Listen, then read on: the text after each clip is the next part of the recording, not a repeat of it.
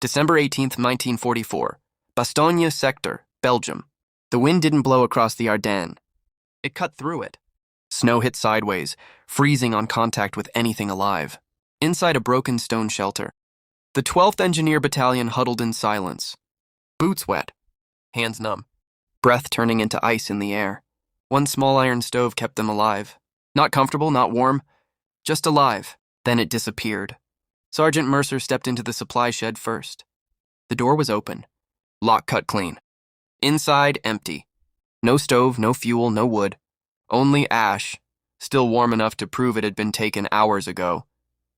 Behind him, silence grew heavier than the cold. Private Ellis whispered, "Who steals heat in a place like this?" No one answered, because everyone already knew the answer felt worse than enemy fire. Someone from their own side? Mercer clenched his jaw. That stove kept engineers working. Now his voice dropped. And someone decided we didn't need it. That night, the battalion didn't sleep. Not because of Germans, but because frost was creeping into their tools and their bones. And somewhere behind the front lines, a report was already moving upward, toward a man who did not tolerate breakdowns. Not in combat, not in discipline, not in survival, and especially not in his army. George S. Patton was about to hear about a thief, and he would not see it as a small crime. He would see it as failure. December 19th, 1944, Rear Headquarters, Ardennes. The war room was warm compared to outside, but it never felt comfortable. Maps covered every wall. Radios crackled nonstop. Officers moved like shadows between tables stacked with reports. Then a single paper landed on Patton's desk. Missing heating stove, Engineer Battalion. That was it. One line. Patton didn't react immediately. He just stared at it. Then he read it again. Slowly, his voice broke the silence. "Someone stole a stove?" "Yes, sir," an officer replied. Patton leaned back. Not angry yet. Worse, interested. "From engineers?" "Yes, sir." A pause. Then his voice dropped. "In this weather?" No one answered, because there was no good answer. Patton stood up, walked to the map. His eyes didn't look at lines or positions anymore. They looked at people freezing in the dark. "You don't steal heat from men building your army," he said quietly.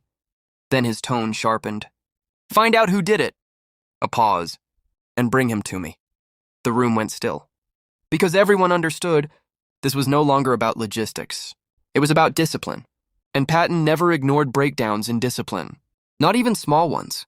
Not when men were freezing to death for lack of what had been stolen behind the lines. And not when that theft had happened inside his army. December 19th, 1944. Bastogne Rear Sector. Military police moved fast now. Too fast for something that started as just a stove. Wagon tracks were found in frozen mud. Logs were checked. Night movements were retraced. And slowly, the truth tightened. This wasn't random theft. It was ordered movement. Authorized signatures. Rear area clearance. Quiet paperwork.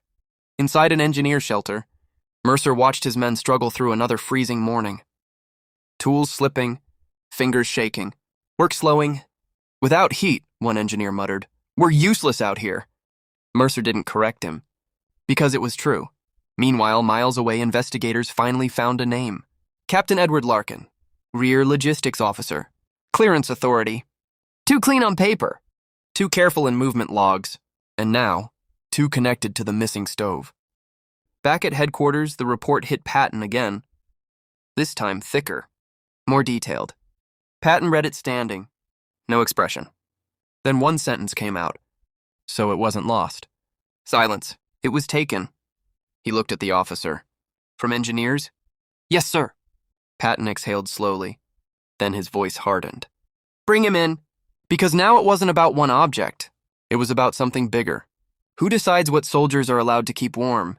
And who thinks they have the right to take it away? December 20th, 1944. Forward Command Post Ardennes. The room was cold before anyone even spoke. Captain Edward Larkin stood at attention. Uniform perfect, face controlled. Hands still. But he wasn't in control anymore. Patton stood across from him. No chair. No comfort. Just presence. A long silence passed. Then Patton spoke. "You took heating equipment from an engineer battalion," Larkin answered carefully. "Requisition redistribution, sir." Based on supply shortages, Patton cut him off instantly. There are men freezing in the field. A pause. And you called that surplus? The air tightened. Larkin tried again. I believed it was necessary to support other units. Patton stepped forward. One step. That was enough. Let me make this simple, Patton said. You did not redistribute supplies. Another step. You removed survival from men building the roads this army depends on. Silence. Outside, wind slammed against the building. Inside, nobody moved. Larkin finally said, I did not intend harm, sir. Patton nodded once. That's the problem. A pause. Intent doesn't stop frostbite. The room went still. Patton turned slightly toward the map behind him. Then back to Larkin. Do you know what engineers do when they lose heat? Larkin didn't answer. Patton did. They slow down. And when they slow down, my entire army slows down. A beat. And when my army slows down, people die. Silence again. He stepped back. Voice lower now. Controlled. Final.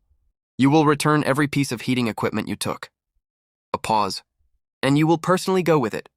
Larkin hesitated. Yes, sir. Patton's eyes locked on him.